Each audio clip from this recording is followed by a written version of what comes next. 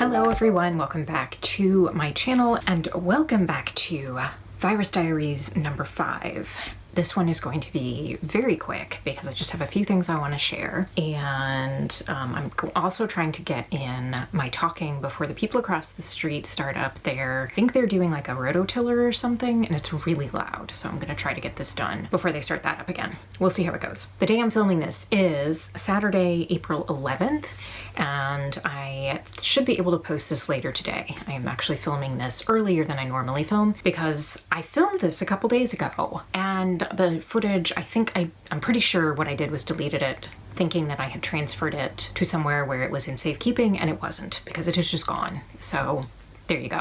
Thank goodness I didn't film that much. So it was only about 10 minutes worth of footage. So there's that. And that should be about how much time we're going to take here. So when I filmed the video that I was going to use, the footage that I was going to use until I deleted it, I was using numbers from April 8th. At that time, there were 4,139 cases of the virus in Tennessee. That was up 337 from the 7th. However, as of today, and I just pulled these numbers a few minutes ago, there are 4,891 confirmed cases in Tennessee. That was a number of 0 difference from the day before, so that's good. However, from the 8th to the 11th, the number went up 752, so it just increases a lot very quickly. My weather app is now also telling me the number of confirmed cases in the US as a whole, and it was about 501,000 at that point. And that's confirmed cases. That's not people who have suffered through it on their own and then get better on their own without having to go to the hospital,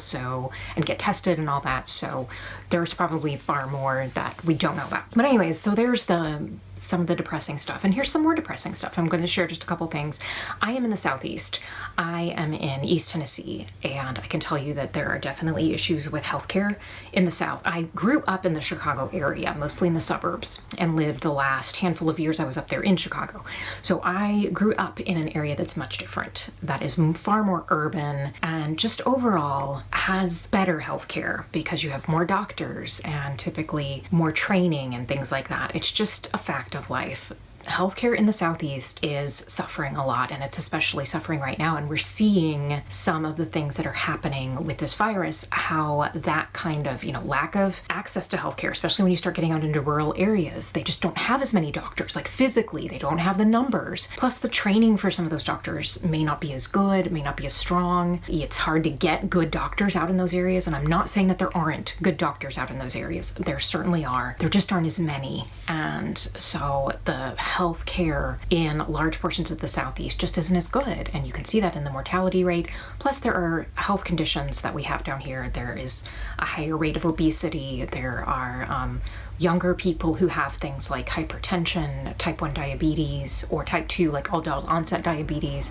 things like that. Lots of people smoke down here. That's just another fact, unfortunately. And all of these things contribute to mortality rates, of course, and we're probably going to see that as we keep going with this virus, and that's one of the worries, is that it's going to affect younger people more in the Southeast than in other areas because of those health conditions, lack of health care, things like that. There are a couple articles that I'm going to link to down in the description box.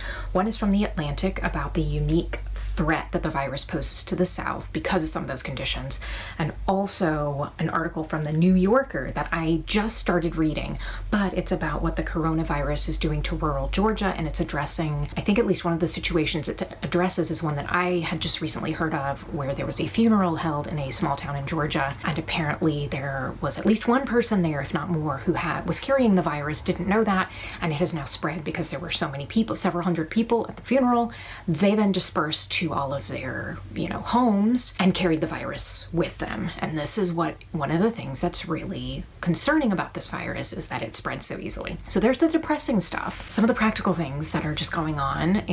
As far as life right now where I am, again, I'm not in a big city. I'm in a place that is a little more suburban in the idea that it is not really like urban, certainly not a big city at all. Davidson County, which is where Nashville is, has been hit a lot harder. That's to the west of us. And I'm sure Atlanta, which is to the south of us, is probably getting hit harder as well. It's weird here because we are not in the epicenter, but we're still being affected by it, and we're in just this weird state of flux. And I think that's how a lot of people feel we feel like we're in this suspended animation.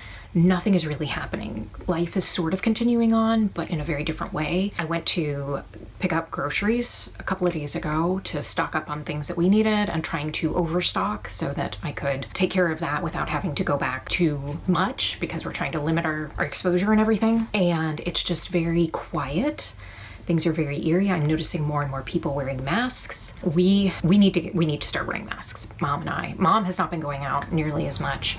She was still going to the grocery store maybe like a week or 2 weeks ago. She is not going any longer, which is good. We'll see how long that lasts. It's just strange because we're not going out. Even though you might not go out shopping a lot, you can't go out and window shop. You can't go to a coffee shop and meet up with a friend. That's what I would do every few weeks. One of my friends is meet up and just talk. And we just can't do that anymore. And even those of us who are homebodies, who are more, are able to be alone and enjoy that, even for us, it's almost too much. And I'm reading more and more people talking about that they just don't feel like they want to be able to go out, even though they're a person who enjoys being at home. So think about a person who's an extrovert, who loves being out, talking to people and being around people, how difficult this must be. It's just a situation that none of us have gone through to this extent. And there's just, we don't, and also the fear of the unknown. We don't know what's going to happen as we continue on, and as, how is this going to end? We have no idea. There is no end date.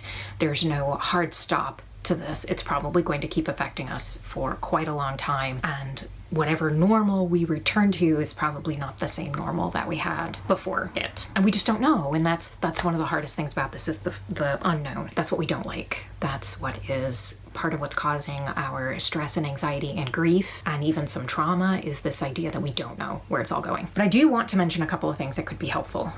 One of my friends mentioned a new podcast that Brene Brown has started. Brene Brown has done some TED Talks that have gotten a lot of traction. I've heard of her. I know that she's done TED Talks. As far as what exactly they're about, I don't quite know. But my friend has talked about this new podcast called Unlocking Us, and they have addressed some situations and some things on the podcast that really relate to what we're going through now, because of course this podcast is being done now, talking about some of that grief and trauma, and some of the ways that we are dealing with what's going on, and some of the things that we say to ourselves that may not be very helpful, and things like that. So I will link to that down below. And then something that I do know a little bit more about is the author Sarah Cannon, and I will link to both of her channels down below. I have been following her from her channel Heart Breathings, which is about the business of being a writer, how to be a writer, how to be productive, how to deal with the process of writing, the technical process of writing. She also has an author channel. She puts out a lot of like paranormal, witches and things like that books, mostly sort of young adult type of content. I've read some of her books. I enjoy them. They're very enjoyable to read. And she has been doing, while we're going through this whole situation and we're all locked up in our homes and we can't really go out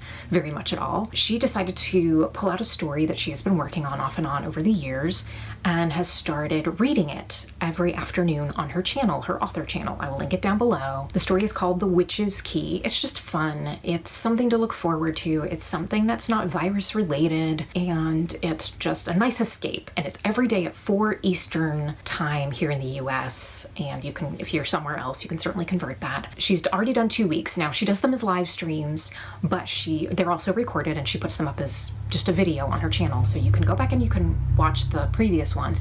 The readings themselves run anywhere from 20 to maybe, I don't even know that any of them have actually gone to 30 minutes, because there's talk before and after. Of course, she comes on and she'll talk for a few minutes to give people time to show up, and she'll talk after, and there's chat going on, so she'll respond to some of that. So the readings themselves are maybe 20 to 25 minutes, most of them. So you can pretty easily catch up. And then it's going to continue. So there's today, she takes Sundays off and she just puts up a vlog or something like that on her author channel, and then she's anticipating it taking probably about 1 more week. It may go all the way through next Saturday, it may not. That has just been a really sort of comforting thing. It's just, like I said, something to look forward to, something that's not related to what we're going through, even though it's kind of in response to what we're going through. She did it because she wanted people to have something positive, enjoyable to look forward to. And I have been enjoying that a lot. It's like I said, it is something really nice to look forward to every day, except for Sunday. And I even have a little alarm set on my phone, because otherwise I would forget, because I forget everything.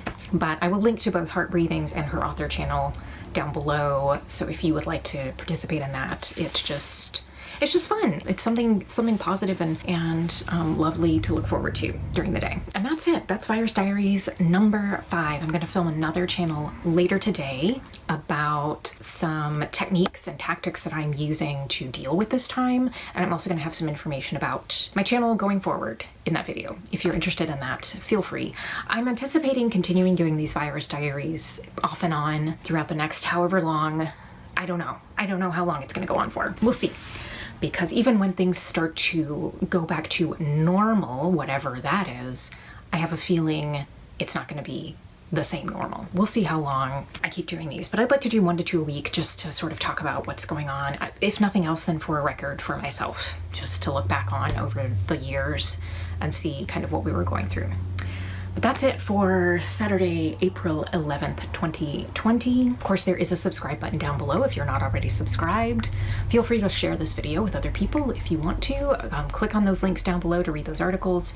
They're very interesting, and I have found them very useful as far as understanding some things. And of course, they all come with a point of view and may have some bias. You just have to keep that in mind with anything that you read. So if you have any comments, anything you want to share down below about what you're going through, if you're in a different part of the country or a different part of the world, please do that. I'm very interested to hear what y'all may be going through as far as how things are affecting you, if you are under more restrictions than we are here in East Tennessee or less or whatever.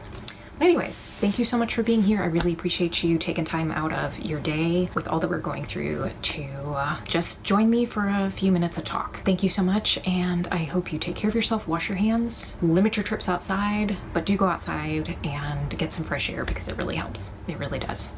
Thank you so much, and I will see you in my next video.